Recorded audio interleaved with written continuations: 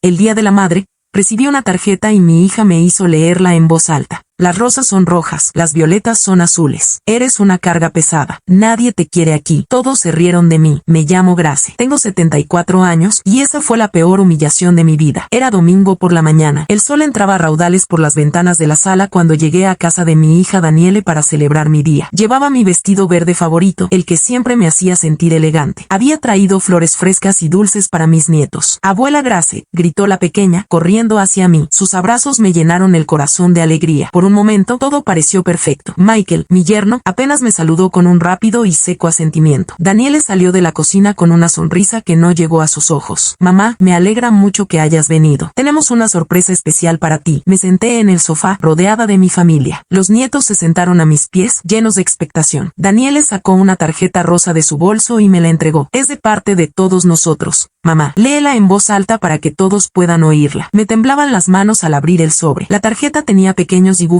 de flores que habían hecho los niños. Qué dulce, pensé. Empecé a leer con voz clara y emocionada. Las rosas son rojas, las violetas. Mi voz se quebró. Las siguientes palabras me golpearon como puñetazos. Eres una carga pesada. Nadie te quiere aquí. Tu tiempo ha pasado. Es hora de que te vayas. Firmado, tu familia, que ya no te soporta. El silencio fue ensordecedor durante 3 eternos segundos. Entonces Michael empezó a reír, una risa cruel y burlona. Daniele se tapó la boca, pero pude ver que también se reía. Incluso los niños, sin entender del todo, empezaron a reírse porque los adultos sí. ¿Te viste la cara, mamá?, dijo Daniele entre risas. Deberías haberte visto, Michael. ¿Te sacaste una foto? Se me rompió el corazón. Las lágrimas empezaron a rodar por mis mejillas arrugadas. La tarjeta cayó de mis manos temblorosas al suelo. Es solo una broma, mamá, continuó Daniele, pero no había ni una pizca de remordimiento en su voz. No te lo tomes tan en serio. Siempre has sido tan dramática. Michael se acercó y recogió la tarjeta del suelo. Sí, Grace, solo estábamos bromeando. Pero, ¿sabes? Hizo una pausa, incómodo. Últimamente has estado demasiado presente. ¿Otras opciones?, pregunté con la voz entrecortada. Bueno, ya sabes, dijo Daniele, sentada frente a mí. Hay residencias para personas mayores muy buenas para personas de tu edad. Lugares donde puedes estar con gente como tú. Estarías más cómoda. La palabra residencia para personas mayores resonó en mi cabeza como una sentencia de muerte. Mis propios hijos querían deshacerse de mí como si fuera un trasto viejo. Pensé que venía a celebrar el Día de la Madre contigo, dije, con la voz apenas un susurro. ¿Y tú?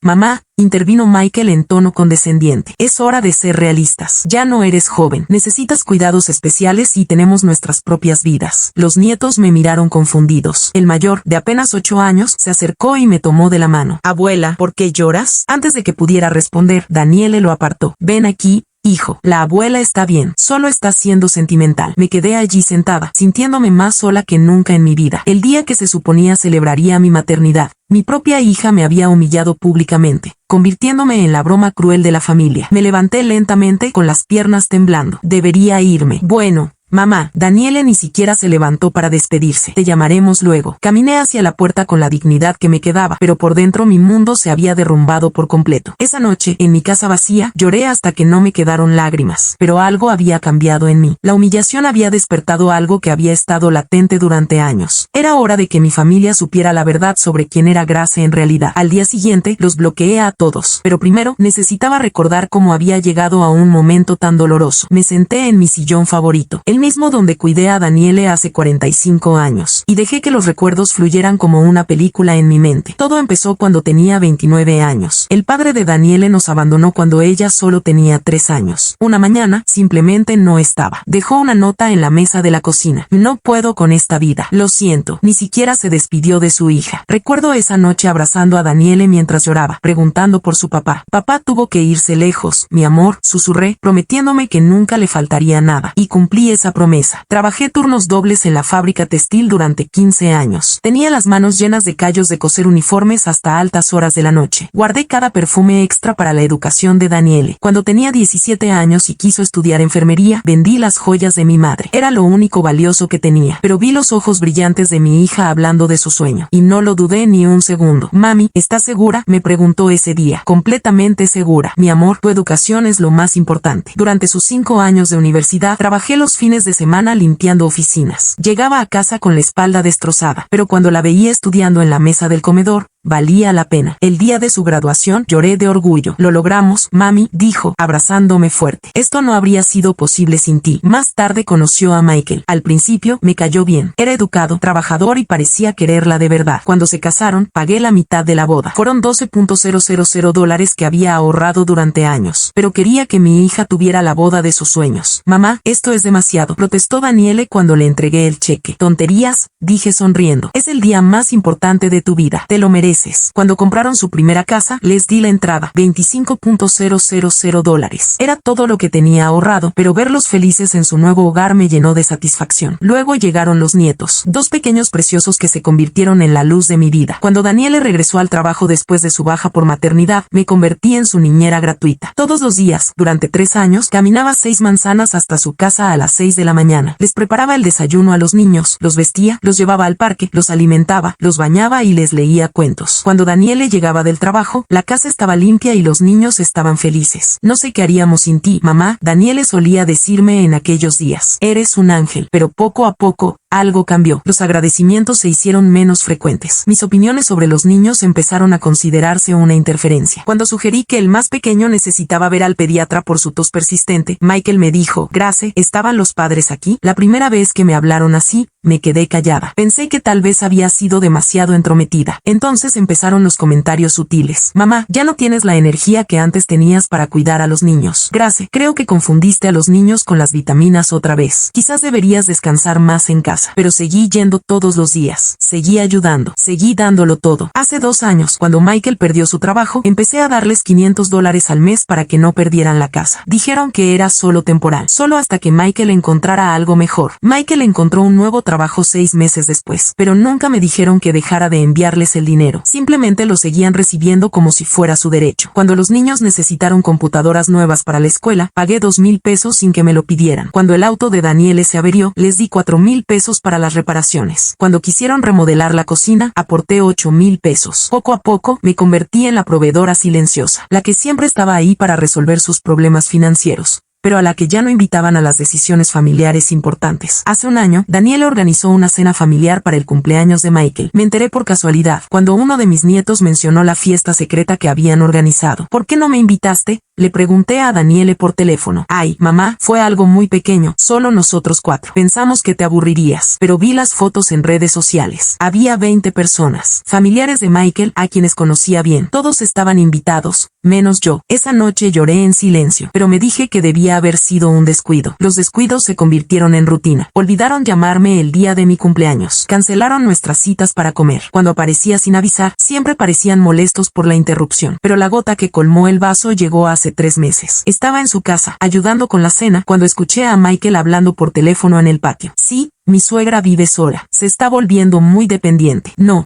está enferma, pero ya sabes cómo son a esa edad. Sí, estamos buscando opciones para mudarla a un lugar adecuado. Me quedé paralizada detrás de la puerta. Mi propio yerno planeaba deshacerse de mí como si fuera un mueble viejo. Esa noche, no pude dormir. Había entregado toda mi vida, todo mi dinero, todo mi amor a esta familia. Y ahora solo era un obstáculo del que querían deshacerse, pero desconocían algo muy importante sobre mí, algo que había mantenido en secreto durante décadas. Mi madre, antes de morir, me había hablado de una propiedad familiar en Nassau, Bahamas, que heredé al cumplir 70 años. Era un apartamento frente al mar que había estado alquilado durante décadas. El dinero se había ido acumulando en una cuenta que nunca toqué. También tenía inversiones que hice con la herencia de mi tía Lucille, quien murió sin hijos y me lo dejó todo. Bonos, acciones, certificados de depósito. Dinero que crecía silenciosamente mientras vivía de mi modesto cheque de la Seguridad Social. En total, tenía casi $400,000 de los que mi familia no sabía nada. Pensaban que era una anciana pobre que vivía de las ayudas del gobierno. No sabían que había estado financiando discretamente su cómoda vida durante años,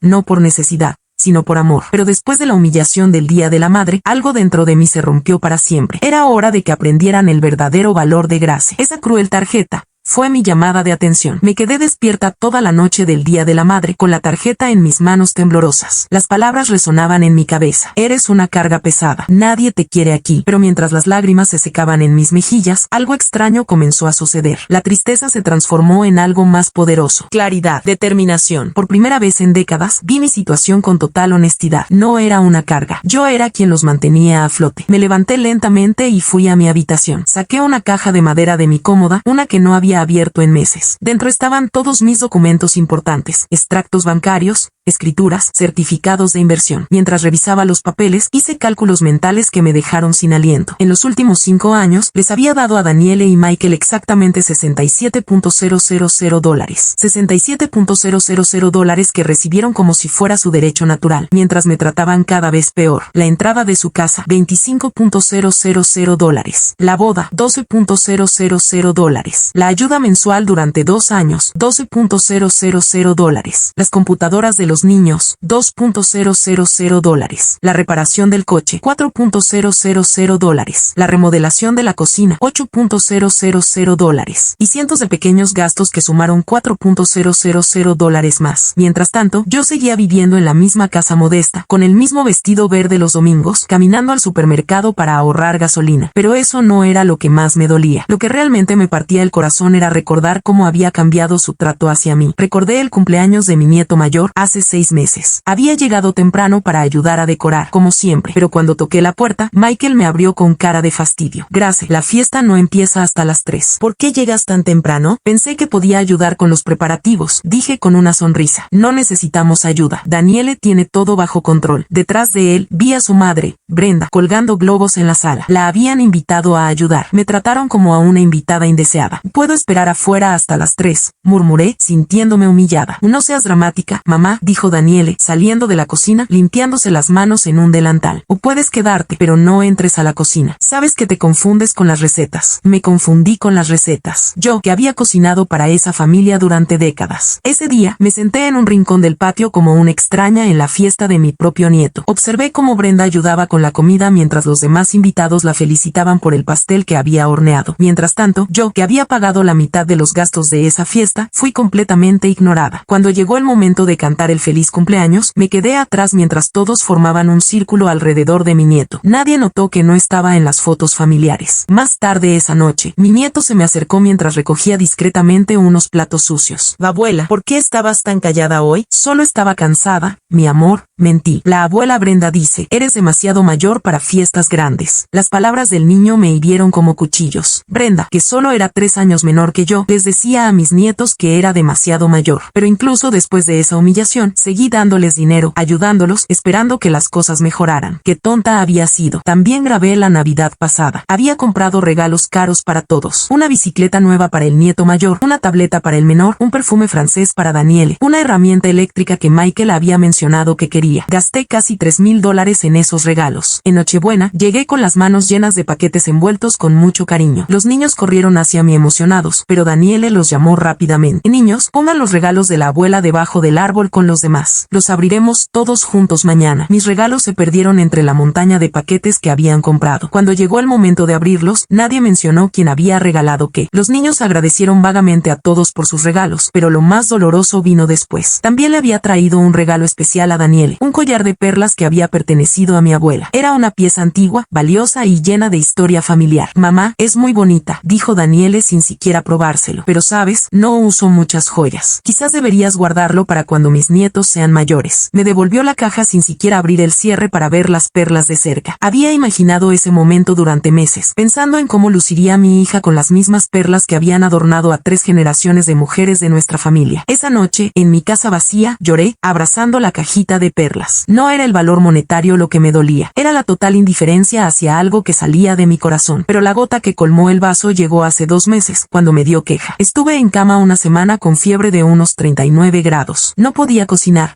Apenas podía levantarme para ir al baño. Llamé a Daniele para preguntarle si podía traerme algo de comer, o al menos para preguntarle cómo estaba. Ay, mamá, estamos muy ocupados ahora mismo. Michael tiene un gran proyecto en el trabajo y yo tengo doble turno en el hospital. ¿No puedes preguntarle a un vecino? Pero cariño, apenas puedo caminar. Mamá, ya no eres una niña. Tienes que aprender a cuidarte. No podemos venir corriendo cada vez que te resfrías. Un resfriado. Tenía fiebre alta y ella lo llamaba resfriado. Colgó y no me devolvió la llamada en toda la semana. Fue la señora Johnson, mi vecina de 82 años, quien me trajo sopa casera y se aseguró de que tomara mi medicación. Una mujer a la que apenas conocía se preocupó más por mí que mi propia hija. Cuando finalmente me recuperé y volví a mi rutina de visitar a mi familia, nadie me preguntó cómo había estado. Era como si esa terrible semana nunca hubiera sucedido. Y ahora, sentada con esos documentos bancarios frente a mí, comprendí con dolorosa claridad cuál era mi verdadero lugar en la vida de mi familia. Yo no era la abuela querida, era el cajero automático emocional. Cuando necesitaban dinero, había Gracia. Cuando necesitaban una niñera gratis, había Gracia. Cuando necesitaban un chivo expiatorio para sus frustraciones, había Gracia. Pero cuando la Gracia necesitaba amor, cuidado, respeto o simplemente una llamada telefónica durante una enfermedad, la Gracia no existía. Esa noche, tomé la decisión más difícil de mi vida. Saqué mi vieja laptop y entré a mi banca en línea por primera vez en meses. Tenía que hacer algunos cambios importantes. Primero, cancelé la transferencia automática mensual de 500 pesos a la cuenta de Daniele. Segundo, cerré la cuenta de ahorros conjunta que habíamos abierto para emergencias familiares, que solo ellos usaban. Tercero, cambié mi testamento. Todo lo que había destinado para Daniele y Michael iría ahora a una fundación para personas mayores abandonadas. Y cuarto, hice algo que nunca pensé que haría. Compré un boleto de avión. Era hora de ver esa propiedad en Nassau que había heredado. Era hora de comenzar la vida que me merecía. Pero antes de irme, iba a asegurarme de que mi familia entendiera exactamente lo que habían perdido. Fue martes por la mañana cuando puse en práctica mi plan. Había dormido solo 3 horas, pero por primera vez en años, me sentí completamente despierta, completamente decidida. Me puse mi traje gris más elegante, el que había comprado para la graduación universitaria de Daniele, pero que apenas había usado. Me maquillé con cuidado y me peiné con un moño sofisticado. Quería verme como la mujer poderosa que realmente era, no como la anciana necesitada que creían que era. Primero, fui al banco. Mi asesor financiero, el señor Henderson, se sorprendió de verme tan temprano. Señora Grace, ¿en qué puedo ayudarla hoy? Si necesito hacer varios cambios importantes en mis cuentas, dije con voz firme. Durante las siguientes 2 horas, reorganicé por completo mis finanzas. Cancelé todas las transferencias automáticas a las cuentas de Daniele. Cerré la cuenta conjunta que habíamos abierto hacía 3 años. Transferí dinero de mis inversiones a mi cuenta corriente principal. ¿Está segura de estos cambios, señora?, preguntó el señor Henderson, visiblemente preocupado. Son cambios muy importantes. Completamente segura. Es mi dinero y puedo hacer lo que quiera con él. Luego fui al despacho de mi abogado,